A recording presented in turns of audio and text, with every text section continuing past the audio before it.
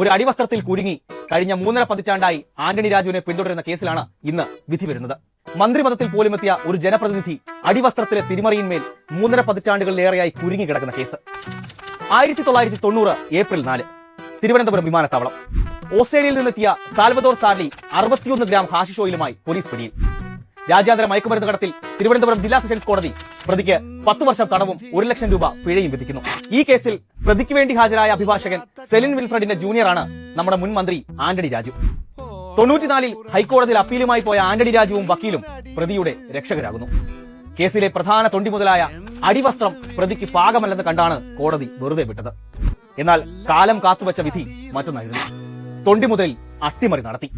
അന്വേഷണ ഉദ്യോഗസ്ഥനായ CK ജയമോഹൻ ഹൈക്കോടതിയെ സമീപിച്ചതോടെ പുറത്തു വന്നത് ഞെട്ടിപ്പിക്കുന്ന കൃത്രിമത്തിന്റെ വിവരങ്ങൾ. കോടതി ക്ലർക്ക് ജോസിന്റെ സഹായത്തോടെ പോളിനൊപ്പം എത്തിയ ആന്റണി രാജു തൊണ്ടി മുതലായ അടിവസ്ത്രം കൂടി ഒപ്പിട്ട് വാങ്ങുന്നു. ഈ അടിവസ്ത്രം തിരികെ കോടതിക്ക് നൽകുന്നത് വിചാരണയ്ക്ക് തൊട്ടു മുമ്പ്.